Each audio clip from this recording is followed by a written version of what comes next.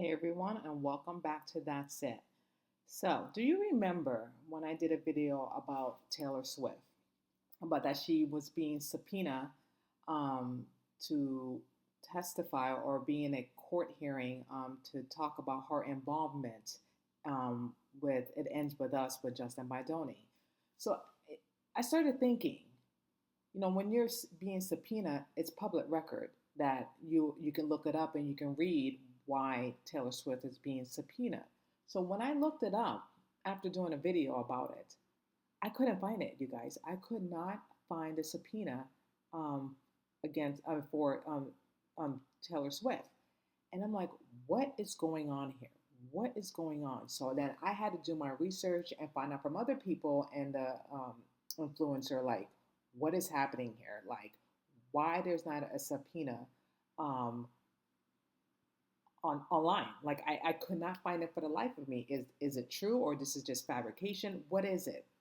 So apparently, okay, word from the streets is that Taylor Swift's attorney and Blake Lively attorney was going back and forth because they don't want Taylor Swift to be subpoenaed. They don't want Taylor Swift to be involved with this because she has no involvement of this.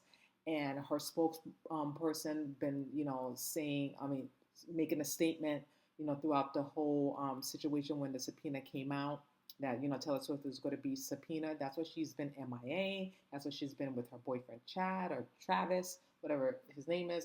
I can't. I'm throwing a blank here. That you haven't heard from her or haven't seen her. She's just been, working on her. I don't know, just being with her boyfriend, and then they got a puppy. So she's been MIA until she got subpoenaed, and she was not very happy. And neither was her rep, the people that's behind this, machine of hers, because she has a good, public relations and her management and everyone, backing her up and supporting her. So her spokesperson said in this rep, I'm going to read to you. Oops, sorry, wrong one. Okay. So it says that Taylor Swift never set foot on the set of this movie. She was not involved in any casting or creative decision. She did not score the film. She never saw any edit or made any notes to the film. No one ever said that. I believe that she read the script or she knew about the script. And any notes to the film. She did not even see that and End With Us until the week after it published public release, and was traveling around the globe during her 2023 and 2024, headlining the biggest tour in history. Then the spokesperson said, continuing on, the spokesperson added, the connection of Taylor had to this film was permeating the use of one song, My Tears of Ricochet.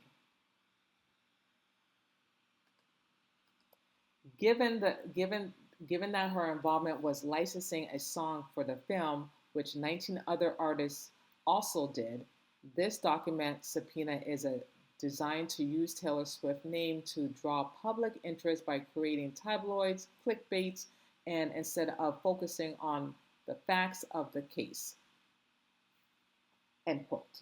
So, my thing is, why do all that, right? Why do all that? If you have nothing to hide and you're innocent and you are not involvement, why even make a statement? Why have your spokesperson even do that? For me, if I'm innocent and I have nothing to hide, and I'm innocent, then I'm like, I wouldn't even give a statement. I would just, if I was being subpoenaed, and I would just tell Your Honor, I don't have this. I don't have records of this text messages. You can look. I don't have records. Text messages are back from 10 years ago. Nothing. So by her spokesperson making that statement, seems they're very scared. They're very scared that there's something out there that they don't want the public to know. Because why even give a statement? If you have nothing to hide and you're clean and your conscience is clear, why give that statement?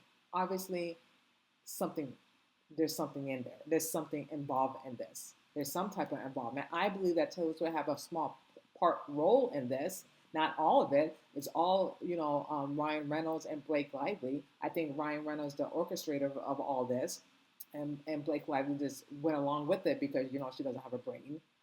She couldn't mastermind this all by herself. I believe that her husband allegedly was in on this, kook, and Blake Lively just followed her husband and just went on with the ride with it. If that makes sense, what I just said. So, do I believe that Taylor Swift had a small role on this? Yes, but she didn't want to be involved, and I feel like Blake Lively kind of sucked her into this, maybe manipulate her. I don't know, but I don't feel bad for Taylor Swift because she should have known what kind of woman that she was dealing with. Was her best friend for 10 years, and she should have known better. Okay, but my thing is with Taylor Swift, that woman, she's a billionaire. Okay, she's a billionaire. According to Forbes, this woman is worth $1.6 billion, you guys. 1.6, the richest female musician. Okay, 1.6. You trying to tell me if I work for Taylor Swift and she's worth $1.6 billion, you think I'm going to let anything happen to her? No, I'm going to protect this woman's reputation. I'm going to protect her enterprise at any cost means. Okay, and that's what her publishers are doing, her team, because that's a money-making machine. Okay, that is the enterprise of Taylor Swift. Okay, they will do anything to stop this. They will go great lengths, you guys, to do what they have to do to protect Taylor Swift. Shoot, I would too, probably. She's worth that much. Shoot, she's putting food in my pocket, paying my bills, putting food on my table. I don't want that to stop my livelihood. That's what they're saying. So obviously, her team is going to do whatever they can to shut this down. Well, you guys, there's a little drama between Taylor Swift, Ryan Reynolds, and Blake Lively. It's like a soap opera, you guys. It's like General Hospital, Days of Our Lives, blackmail, scandals, what you call it? There's another word for it. I'm trying to think, because I used to watch soap operas back in my day, but now I don't anymore. I said blackmail, scandal, tampering.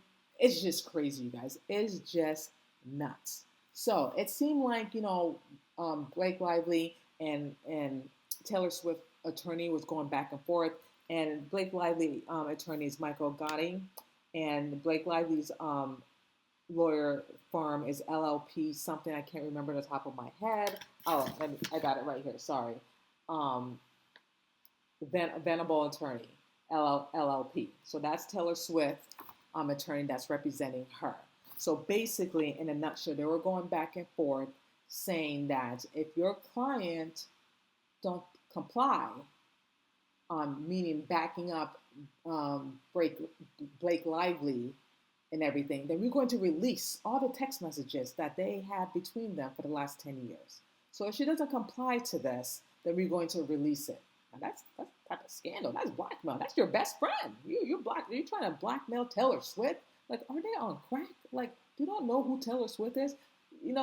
Blake Lively, for someone who, I don't know, she just don't have the brains. Because why on earth, try to blackmail your ex-best friend, the godmother of your children? Why would you do that? Thinking that you might have some leverage on her. And I believe, maybe it's not all Blake Lively. It's probably Ryan Reynolds. I promise you guys, this is Ryan Reynolds all over this.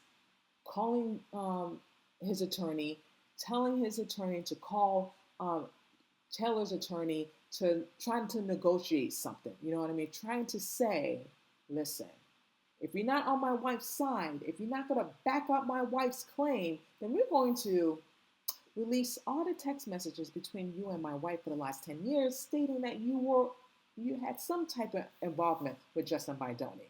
Isn't that crazy? That's just ratchet. Crazy. Some type of friend they are. And maybe now Taylor Swift knows maybe not to trust people so easily because people just use other people for their fame, for clickbait, whatever the case is. And that's what I believe what Blake Lively did. Do you remember the Super Bowl? Them together. And then, when Taylor Swift was single at the time, they were very, very together all the time. You saw, pictures of them in New York City, among other places as well. It's just crazy. So it seemed like when Bryan Freedman got the hit of this, he wrote a letter to the judge, okay? Because he's like saying, what is going on here? Why these two attorneys are talking, and it seemed like they're in cahoots, and they're trying to do what? So Bryan Freedman didn't like this, and he wrote a letter to Louis Liebman, and this is what Bryan Freedman had to say. The welfare parties participated in a variable motion to squash will be moved in short order as this counselor and variable are confirming in good faith. However, the lively defendants insist that the subpoena seeks irrelevant information is wrong. The subpoena aims to obtain discovery relating to witnesses, tampering, and evidence palpation. Specifically, the welfare parties counselor are informed and believe, based on the information from a source who is highly likely to have reliable information, that Mrs. Lively requested that Taylor Swift deleted their text messages. Scandal. Deleted text messages. Okay? This is just getting better and better, you guys. Continuing on. And then contact the variable attorney who represents Taylor Swift. Oh, I went there. Sorry, excuse me. Where was I? Oops, I just lost my train of thought. Release the where was okay? And then Michael Gotti, counselor of Lively defendants, contacted variable attorney who represent Swift and demanded that Mrs. Swift release a statement of support for Mrs. Lively, intimidating that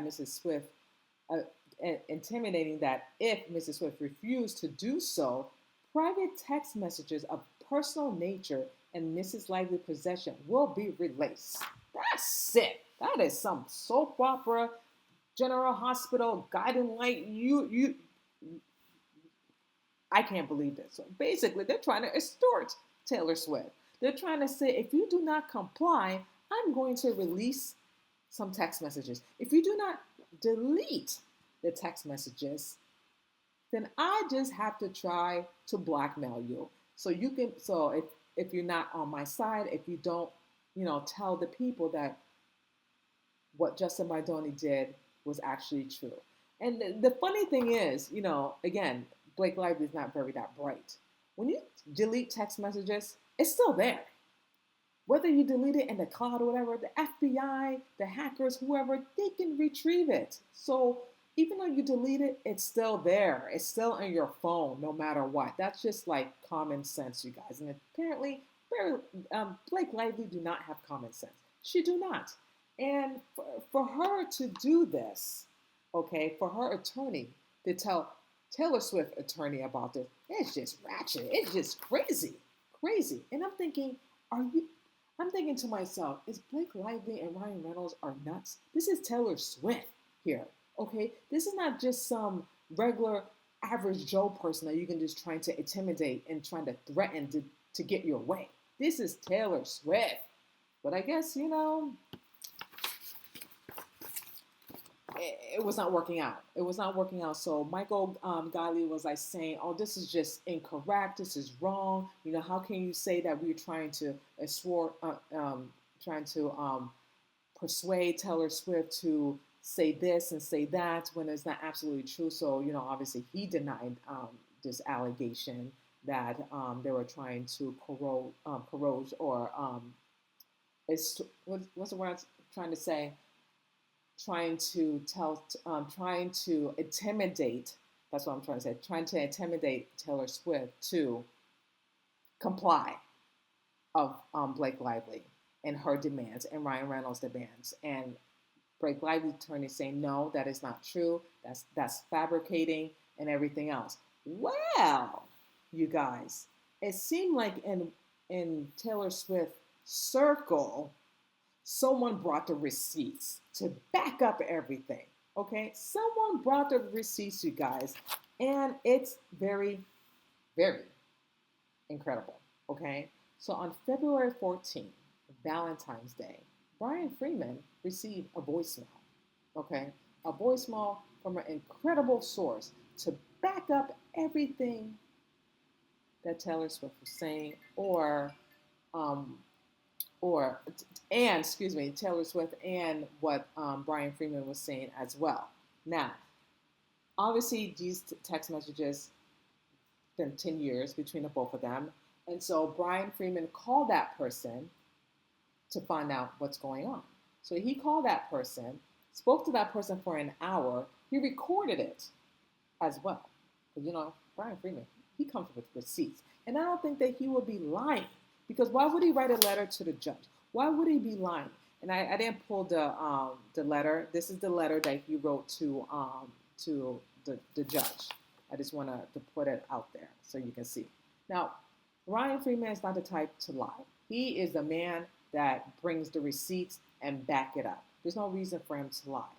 So, on a nutshell, why Taylor Swift is on Justin Baldoni's side and now is on team Baldoni, because I was like wondering why she's on team by Baldoni, why she's working with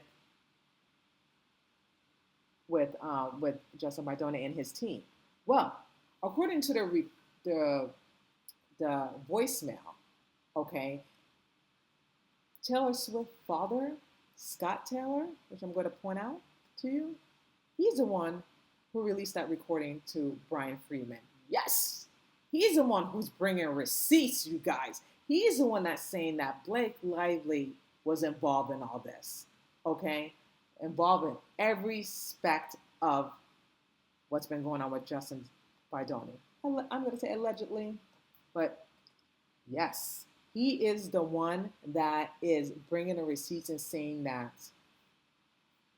everything that Justin Baldoni is saying, he is corroborating with that because he has recordings. He is telling Bryan Freedman. He's coming with receipts and everything, you guys. Listen, you can't just come for Taylor Swift and thinking that her father, who is like so popular, like he owns like some businesses and stuff like that. You can't just think that you're just going to come for his daughter and threaten her and try to blackmail her and try to say, oh, if you don't cooperate or do my bidding, then we're going to release all the 10 years of text messages between you and I. If you don't delete the text messages, then this is what's going to happen.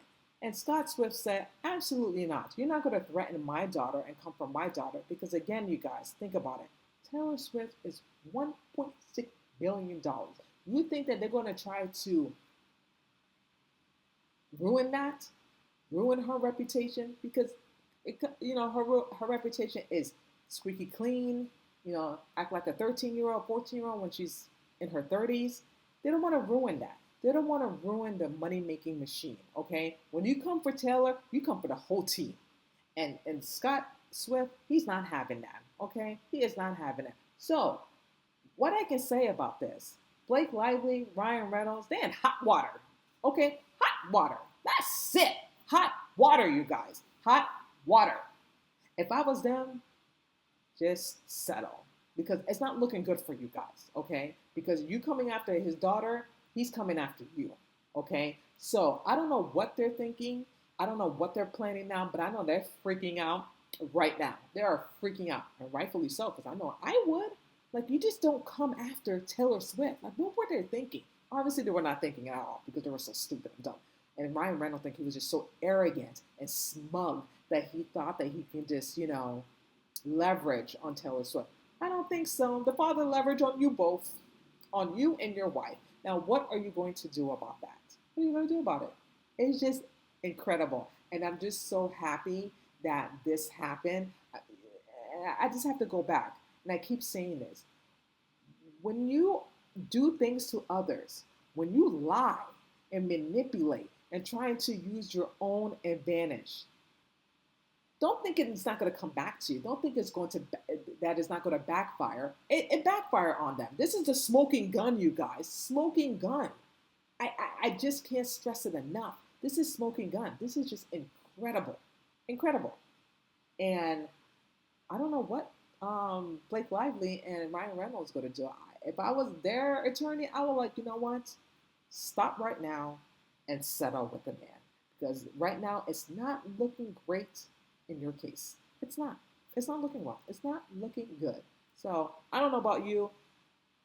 I'm loving this right now. I love it. Like when you hide things in the dark, Jesus bring it to the light, and He's bringing everything to the light. Everything, you guys. Okay, He is bringing receipts after receipts. Don't come after Taylor Swift, because when you come after Taylor Swift, Papa Bear is going to come after you and bring in some receipts, and that's what happened, you guys. That's what happened. That's it. That's it. Let me know your thoughts and your comments of all of this, what just has transpired, what has happened. If you like this video, please like, share, and subscribe. And again, I always appreciate each and one of you taking your time watching this video and hearing what I have to say. I love you guys so much. Thank you so much for watching. That's it.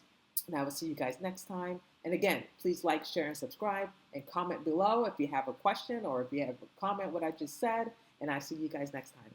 Bye.